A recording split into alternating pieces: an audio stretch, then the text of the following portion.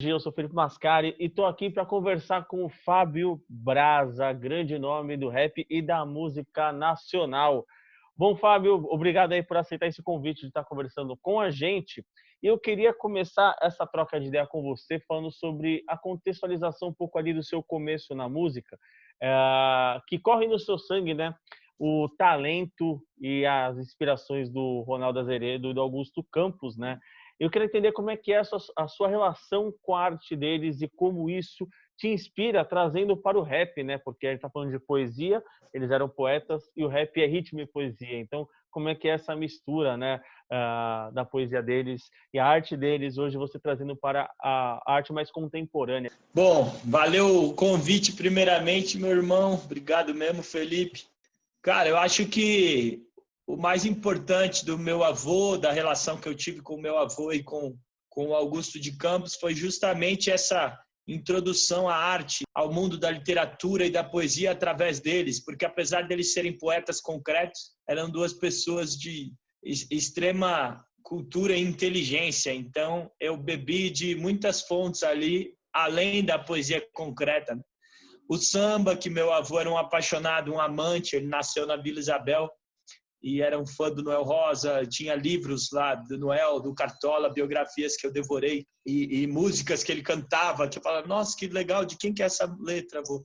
Então despertou essa paixão pelo samba também e pela literatura. Meu avô vivia lendo livros bem grandes, bem grossos, assim, ele devorava muito rápido. E ele sempre tinha uma história para contar, então a admiração pelo meu avô era por ser esse cara tão culto e cheio de história, de sabedoria para contar. E a gente, quando é criança, quer copiar, quer ser igual a partir de uma referência. Então, eu queria ler esses livros do meu avô. Com 6 anos, eu lembro que estava na escola, peguei o Dom Casmurro do meu avô e estava lendo no recreio da escola. Uma professora ainda chamou minha mãe se ela não estava fazendo lavagem cerebral, o que eu estava lendo, mas eu estava querendo ler os livros que meu avô lia, né? Eu ainda não entendia nada do livro, era ainda vocabulário antigo, meu avô tinha a versão ali do Casmurro antiga, capa grossa, página amarela, mas eu falar, qual livro que o vovô lê? Quero ler também os do vovô. Então, além da poesia concreta, acho que essa semente que ele despertou da literatura, do samba, da música, da paixão pela rima e pelo conhecimento, foi o que ficou, né? Meu avô morreu, eu tinha 16 anos, eu ainda queria ser jogador de futebol e fazia rima brincando, ainda a poesia era um brinquedo para mim. E então ele não viu esse desabrochar da semente que ele plantou, mas acho que essa semente hoje deu frutos e hoje eu olho para trás e percebo que foi meu avô que me despertou isso e que me tornou um CDF nessa matéria, porque eu nunca fui um bom aluno na escola, sempre ia mal, porém fora da escola eu estava lendo livro, fora da escola eu estava ouvindo samba, fora da escola eu estava tentando escrever rima e poesia. Então, a primeira vez que eu pisei numa batalha de rima, em 2009, fui campeão lá no Santa Cruz, o elogio que eu recebi era que minha rima tinha muito conteúdo, que eu tinha muito conhecimento, muito vocabulário. E aí eu pensei, caramba, 10 anos atrás, quando eu peguei os livros do meu avô e comecei a ler brincando e ouvir as músicas de samba brincando, a coletânea do Noel Rosa. E Fábio, você faz parte hoje, né, de uma cultura que vem muito, né, tem uma ligação muito forte, né, vem da periferia do Brasil, vem da periferia também dos Estados Unidos, é uma cultura preta. E queria entender qual foi o gatilho, tá ligado, para você entrar nessa cultura, para você falar assim, não, eu quero fazer parte, quero ser um MC também, né? Porque você falou, né, que vem do futebol, tinha outros planos. Qual que foi o gatilho para você falar assim, não, eu vou virar MC? Eu acho que duas coisas que eu já tinha muito enraizada em mim era um sentimento de rebeldia, de não querer seguir regras, de questionar o sistema. Eu já tinha isso desde muito criança. Com 8 anos, pulei o muro da escola, que eu não queria fazer, primeira comunhão. Eu questionava as regras com 10, 11 anos, eu tenho um CD, eu cantando uma musiquinha no violão e eu falando sobre a discriminação e brutalidade policial, loucura, né? Eu falei, caramba, eu criança estava falando esse negócio, na verdade, já mexia comigo. E o rap foi um prato cheio, eu digo, quando eu ouvi Racionais a primeira vez, foi mesmo com 11, 10 anos, que meu irmão me deu o CD Sobrevivendo no Inferno. E para mim foi um choque, porque não só era um gênero musical muito rico em rimas, que era o que eu sempre prestei atenção, desde que meu avô me mostrou Noel Rosa, nossa, mas esse cara rima diferente. Eu ouvia música prestando atenção na rima. Então eu amava a rima. E aí o rap, de repente, eram músicas de 10, 12, 15 minutos, só rima. E eu, caramba, prestando atenção a cada rima e o conteúdo, né? O conteúdo foi muito chocante para mim. Era assim, era como estar lendo um livro, né? Ouvir as histórias do Racionais, eu ali do lado ouvindo, prestando atenção em cada rima naquela história e falando, nossa, da onde vem isso? Como um expansor de consciência, né? De repente, no próprio futebol, você descobre que tem que ter uma disciplina, um proceder, um respeito dentro e fora de campo. Começar a conviver com essa rapaziada, ir na casa deles, eles irem na minha casa, de repente quebrar essa barreira social e entender o meu privilégio, entender certas injustiças sociais e raciais que o rap denunciava e que de repente eu comecei a ver.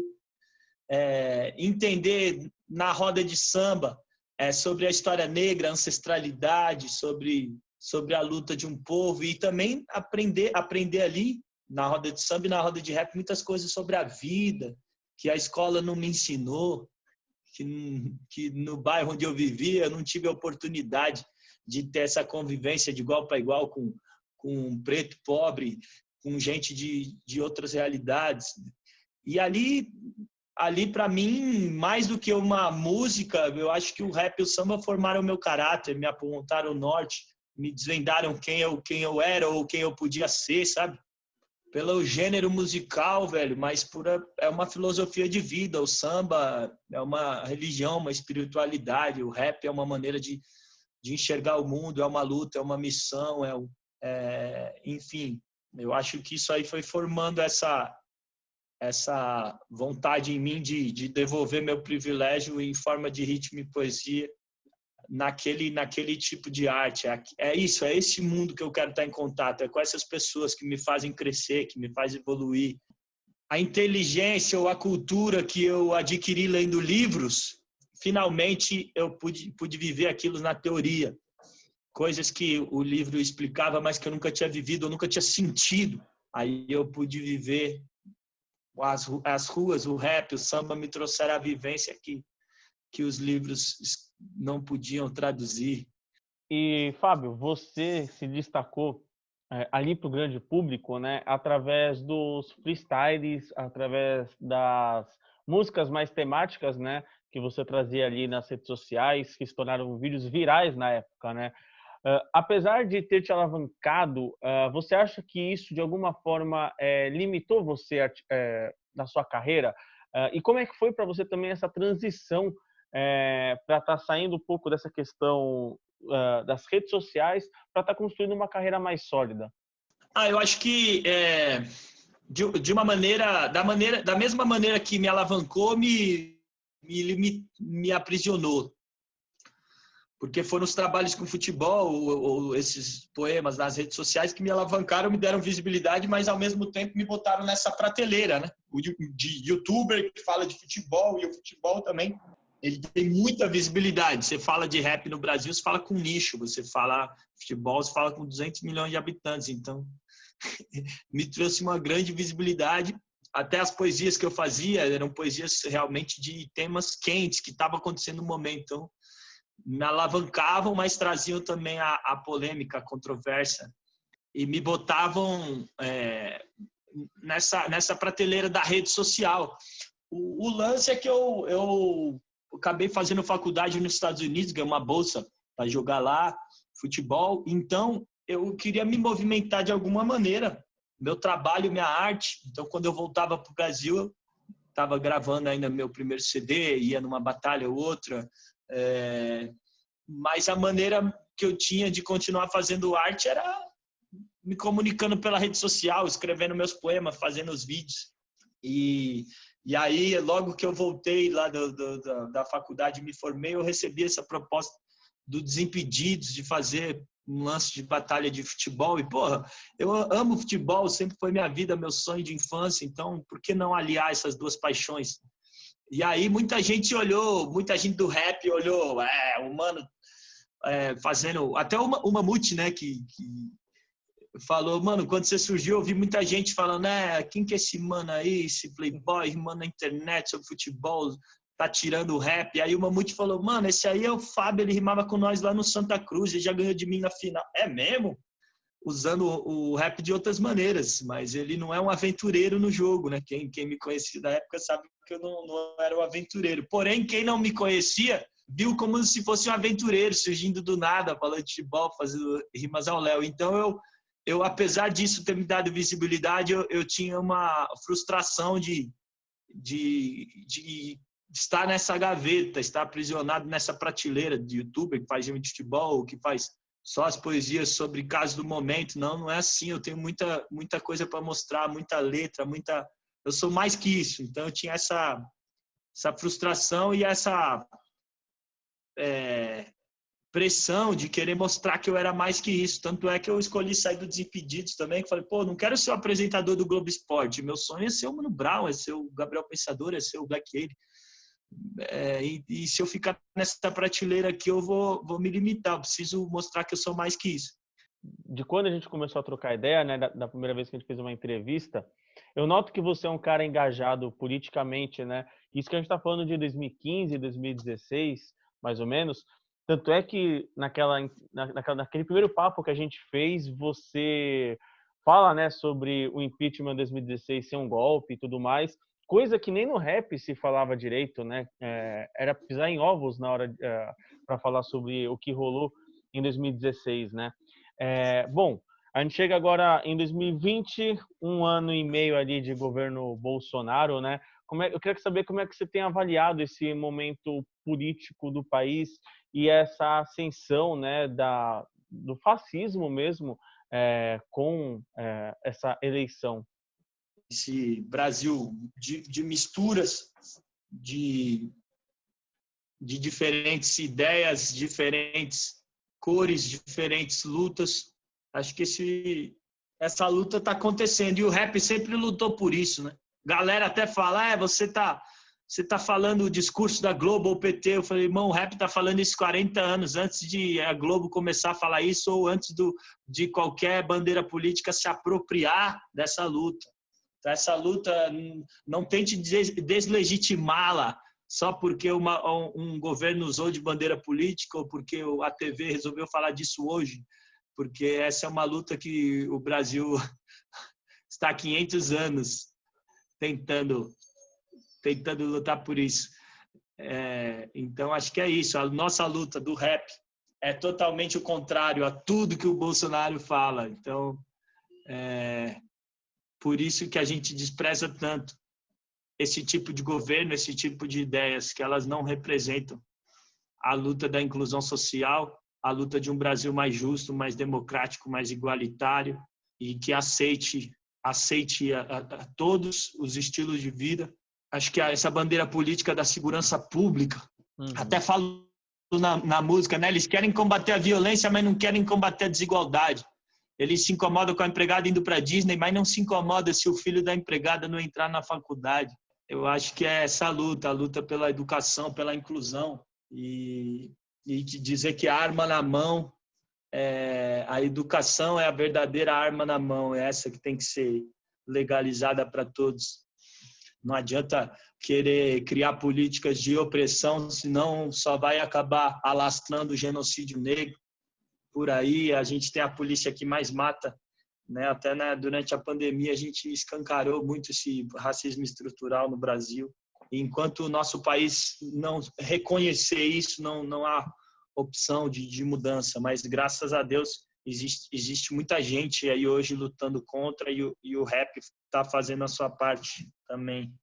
Então, eu acho que, apesar da tristeza de ter um cara igual o Bolsonaro no poder, isso aí é só mais um obstáculo que a gente vai ter que passar para a transformação desse novo Brasil que precisa nascer, que precisa urgentemente brotar, porque se a gente não dá voz a essas minorias, que na verdade são as maiorias agora, amanhã vai ser pior. Porque se nos Estados Unidos eles começaram a sair na rua, quebrando coisa e reivindicando, e os negros são 12%, 13% da população, aqui no Brasil, se o morro resolver descer, a coisa vai ficar complicada. Vai ser a guerra civil. Então é melhor a gente escutar da voz agora. Senão vai ser igual aquele samba do Wilson das Neves com Paulo César Pinheiro. O dia em que o morro descer e não for carnaval, ninguém vai ficar para ver o desfile final. Na entrada, rajada de fogos, para quem nunca viu, vai ser de escopeta, metralha, granada e fuzil. É a guerra civil. A gente vê que o projeto genocida ainda continua forte, né? Basta ver também o Bolsonaro querendo dar cloroquina, né, para os indígenas e tudo mais. É um negócio meio assustador esse Brasil ainda, né? Assustador. Aquele ministro do Bolsonaro falando: eu odeio o termo povo indígena, eu odeio, é um Brasil só e quem não for que suma. Tipo, é um negócio tão higienista e fascista o que ele falou. Um Brasil só, mas que Brasil? Que Brasil é esse que nunca inclui os índios, sempre matou os índios? Como é que você quer que eles tenham orgulho desse Brasil? Eles precisam afirmar a cultura deles, sim, é povo indígena, sim, é a cultura indígena, sim, porque se eles não afirmarem a cultura deles, ela vai ser apagada nesse projeto de Brasil, como sempre foi, apagada, dizimada. Então, assim, essa ideia de Bolsonaro e seus ministros é uma ideia de ódio, é um Brasil que não inclui, que quer separar e criar um estilo de vida, é muito perigosa, ainda mais para um Brasil tão diverso, tão plural igual o Brasil. Isso estarrecedor ouvir essas coisas. E, Fábio, a gente tem visto, né, nesse momento atual, uma repressão muito grande contra artistas, o desmonte de setores culturais, de programas culturais e até da educação também, né? E você fala muito da salvação das pessoas através da poesia e da literatura, né? Mas a gente vê com esses desmontes, o futuro ele traz muita incerteza e talvez a médio prazo, sim, isso vai ter problemas muito grandes, né? Isso te preocupa dentro de um projeto de país que você tanto defende? Com certeza, porque é um país que não valoriza a cultura, não valoriza a arte, não valoriza, né, a sua própria essência, né? O disco, né, ele traz uma espécie de releitura da obra de René Magritte, que é Esse Não é o Cachimbo, né? E a ideia do autor da obra era negar aquilo que estamos a ver, né? A questão da simbologia, né? Qual contexto que se encaixa o nome do seu disco? Eu escrevi até um texto sobre isso, acho que é influenciado por duas obras do Magritte, que é o Isso Não É um Cachimbo, Uhum. né? Isso não é um disco de rap, e O Filho do Homem, né? Que ele tá com a maçã na boca, mas eu tô com o disco. É justamente desafiar as pessoas a verem além do que elas estão vendo. Porque o surrealismo de Magritte era isso. Tudo que a gente vê esconde algo que a gente não vê. E tudo que vocês estão vendo ou ouvindo no álbum do Fábio Braza esconde algo por trás, um sentimento, uma sensação que vai além do rap em si, onde o rap é só uma ferramenta para dar vazão a esses sentimentos. Então, tentar enxergar, acho que, esse meu trabalho além, até porque eu acho que muitas pessoas olham para mim e quando associam Fábio Braza com rap ou rapper, já gera um certo distanciamento, certo rótulo e preconceito do que é ser um rap, do que é o rap, mas o que está fazendo aí? E aí isso leva para um outro lugar aonde a minha arte perde força. Então, isso não é um disco de rap. Deu para entender? É tipo isso. Isso é tanto uma, eu digo lá, uma prescrição médica em forma de rima. É o meu coração derramado em cada track. Isso não é o disco de rap, é um canto de justiça, de amor, de esperança. E também isso não é um disco de rap porque ele nem tem versão física. É o meu primeiro álbum sem versão física. Então isso não é um disco de rap, é apenas uma representação de um disco de rap que só está, na verdade, no imaginário de cada um ou nas nuvens do computador, mas que, na verdade, nunca existiu além disso. Nem vai existir, porque não tem a versão física. Pode crer. E você fala, né, que além disso, né, tem a questão por trás do trabalho, e uma dessas questões por trás, né, pelo que eu li e ouvi você falando, é a questão da depressão, né? E eu queria que você falasse um pouco sobre isso, Fábio, porque muitas pessoas hoje renegam isso, né? Para você, então, eu queria entender como é que foi lidar com esse problema, essa questão de diagnóstico e tudo mais, e como isso influencia no seu processo de criação, se isso chegou a influenciar, seja positivo ou negativamente.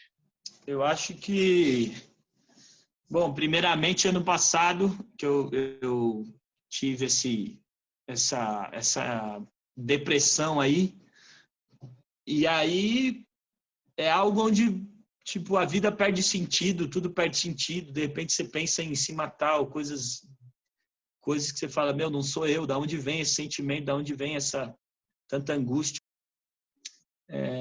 Foi uma lição de humildade, de me permitir ser vulnerável, de falar mais de mim nas letras, de usar esse sentimento, essas emoções para me comunicar com meus fãs, porque tenho certeza que muitos passam por isso, passaram, estão passando, e a música pode ser um resgate, pode ser um suspiro para quem está sendo afogado, como diz o Mário Quintana.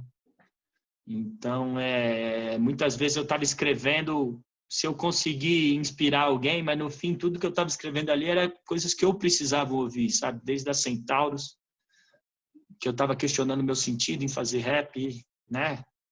Brasil, o fim do mundo se aproxima e se achando que pode salvá-lo na próxima rima, quando faz o mic check, está atrás de like check, enquanto chega na sua casa mais um Nike Pack. Estou um pouco me lixando, vejo vários não importados que estão um pouco se importando, o rap bem na foto para você é uma selfie.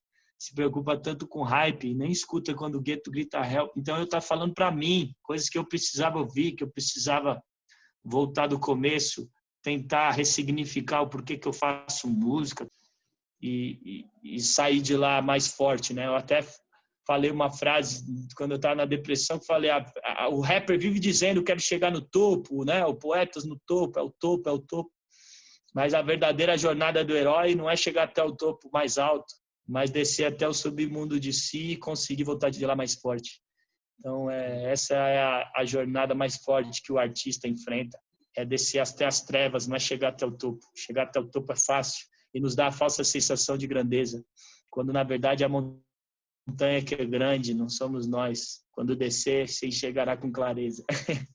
Essa questão do artista, Fábio, é muito interessante porque a gente vê a questão da depressão, por exemplo, ela não ser um debate tão frequente entre os MCs e os rappers, né?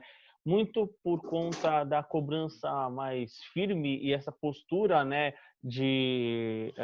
baseada no homem macho, no homem, enfim, da cara fechada e tudo mais, e os estereótipos que se cria dentro do rapper, né? Essa postura exigida dentro dos artistas, né? Uma questão até machista que há dentro da cultura. Mas a gente viu de tempo para cá, por exemplo, o Emicida trazendo esse debate, a questão da depressão em pauta, no Amarelo. A gente vê lá fora o Kid Cudi, por exemplo, falando sobre esse assunto, o Amiri, que também aqui no Brasil. Enfim, a gente já viu artistas tratarem desse assunto, né? Como é que você vê a importância, né, de trazer a depressão dentro do diálogo da cultura do rap, entre os MCs e artistas? Porque é algo que, querendo ou não, atinge muitos MCs que não falam ainda sobre isso, né? Eu acho que primeiro, como o Emicida falou também no Roda Viva, esse lance da masculinidade, né, tóxica, da gente não poder mostrar sentimento, acaba matando o homem também, né? Se eu não me engano, a estatística é que o homem se mata 6 vezes mais que mulher. Então tem algo aí dessa masculinidade que tá matando a gente, que a gente precisa rever. E quando eu estava na depressão, eu entendi muito mais a música Jesus Chorou. Eu falei, cara, o Brown estava em depressão quando ele escreveu isso. Por isso, tanto é que a minha música que eu escrevi da depressão foi Inquilino da Dor, porque, cara, Jesus Chorou é uma descrição do Brown falando, pô, me deixe chorar também, todo mundo chorou. Então ele descreve a lágrima, mas sem deixar de ser o Brown, firme, mas mesmo assim se abrindo, se mostrando vulnerável. Caraca, até o Brown tá chorando. São tantas frases ali, tão significativas, mano. Que aí eu falei, cara, o Brown tava na depressão quando escreveu. Agora eu entendo agora eu sinto cada frase que ele tá falando. Eu sinto a profundidade do que ele quis dizer. Então, acho que é muito, muito importante, até dentro do rap, que a gente prega esse estereótipo do cara ter que ser firme, ter que ser forte, não pode chorar, é cara fechada. De repente, você não pode nem sorrir, nem chorar, né? Até o sorrir, o Brown falou, pô, tem uma época que nem sorrir. Aí, Brown, tá sorrindo, os nossos se fudentes tá sorrindo. Tipo, nem sorrir, nem chorar. Então, se libertar disso e mostrar que a gente tem mais sentimentos, mais coisas a dizer do que só falar das mazelas do cotidiano, sabe? As pessoas precisam de esperança também, precisam se conectar com sentimentos verdadeiros e vulneráveis, senão a gente vai acabar, ao invés de salvando, né? Como o rap diz que salva vidas, ao invés de salvar, a gente vai acabar afundando e afogando mais pessoas, cara. Tentar até dar voz para outros pensamentos além dessa masculinidade que sempre existiu no rap. Então, vários LGBTs cantando rap, várias mulheres cantando rap e dando vazão a esses sentimentos, a essas vivências, essas emoções, esses conflitos que eles vivem, que a gente não vive. É uma ponte para gerar empatia, para gerar esse diálogo. A gente não é um herói de uma luta como a gente se sente. A gente é só mais um ser humano igual o outro cara que está ouvindo a gente, sabe? Então, se o cara que a gente num pedestal de herói ou de vilão, isso vai distanciar a gente dessa conexão. E tudo bem a gente falar sobre esses assuntos sociais, mas por trás de cada ser social e coletivo existe um indivíduo que sofre, que chora, que sorri, e é igual você aí que está ouvindo a gente. Ô, Fábio, e mais uma última questão que eu queria trazer com você sobre esse trabalho. O seu novo trabalho, ele traz uma estética mais atual, digamos assim, trazendo o uso do trap, por exemplo. Também tem um Fábio Braza mais introspectivo e também melódico, né? Eu queria entender, né? Além de um amadurecimento que dá para notar nesse trabalho, e também da questão do reencontro, como você estava falando agora, né? De ser um reencontro com você mesmo, o que esse disco representa para você e também a partir desse reencontro, que passo você começa a avisar para sua carreira, tá ligado? Então, esse disco foi realmente um disco onde eu me permiti sair da zona de conforto, testar batidas e ideias novas. Eu gravei ele no estúdio da White Monkey com o Paiva e o Loto lá, né, que são 2 moleques jovens. Então eles por serem mais jovens que eu, eles trazem essa linguagem no beat deles, essa roupagem moderna, fresca. E eu estava precisando, porque a minha influência é muito rap anos 90, então eu não queria ficar parado no tempo, eu queria botar a minha poesia, a minha identidade poética numa roupagem mais jovem para justamente me adaptar a novas tendências, ao novo público, mas sem perder o meu discurso, a força do meu argumento. E aí, indo pro estúdio com os moleques, falei, mano, me dá referência, o que vocês escutam, o que a molecada tá ouvindo, vamos lá. Então eu rimei vários estilos diferentes, várias coisas eu não gostei do que eu fiz. Eu rimei em cima de batida de funk, de trap, cantei flowzinhos diferentes, várias coisas eu vi, não, isso não sou eu, isso ficou forçado, isso ficou legal. E fui me testando, e aí foi um compilado, acho que esse álbum novo foi um compilado de várias estéticas musicais onde eu me testei e coisas novas, de um brasa novo, tentando sair da zona de conforto e se encontrar nesse outro lugar. Então, eu acho que adquiri uma maturidade não só no meu discurso, porque hoje eu tenho 30 anos, vivi muito mais, passei por muito mais coisas, sofri de amor, depressão, então minha letra ganha um pouco mais de sentimento e de vivência, mas também ganhou, aí me unindo a esses caras, ganhou uma roupagem mais nova, um frescor, uma estética. Então, acho que o próximo passo do Fábio Braz é justamente isso, me entender aonde eu acertei nesses testes, nesses experimentos, e aonde eu posso me permitir ir mais longe dentro desse primeiro teste que foi esse álbum. Então então dá para dizer que o seu novo trabalho é mais um ensaio, digamos assim, para testar novas camadas e novas roupagens, novas estéticas para um Fábio Braza daqui para frente, digamos assim. Eu acho que sim. Eu acho que coisas que eu percebi nesse trabalho, por exemplo, você falou que gostou da música com o Gigante. Pô, por que não fazer mais trap? É só eu manter a minha identidade, mas dentro do trap existe um caminho para o Fábio Braza também. Músicas de amor. Eu sempre lançava uma música de amor por álbum. Esse álbum teve 3 músicas de amor. A com o Péricles foi muito bem. A com o Lucas Carlos já está com quase 5 milhões de plays no Spotify. A outra de amor de samba, que eu consegui misturar. Então, essa daí foi um experimento não só na mistura, não só de amor, mas na mistura com o samba. Eu consegui achar uma mistura legal aí. Então, onde é que é esse caminho dessa mistura que eu posso usar mais?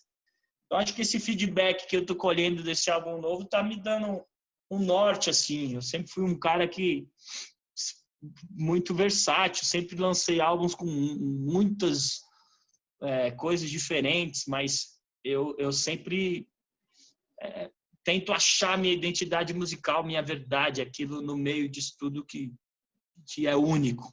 Da hora, Fábio. Tem mais algum ponto que você acha que vale a pena falar sobre o trabalho? Ou, enfim, o espaço está aberto aí para você falar de mais alguma coisa que você queira dizer?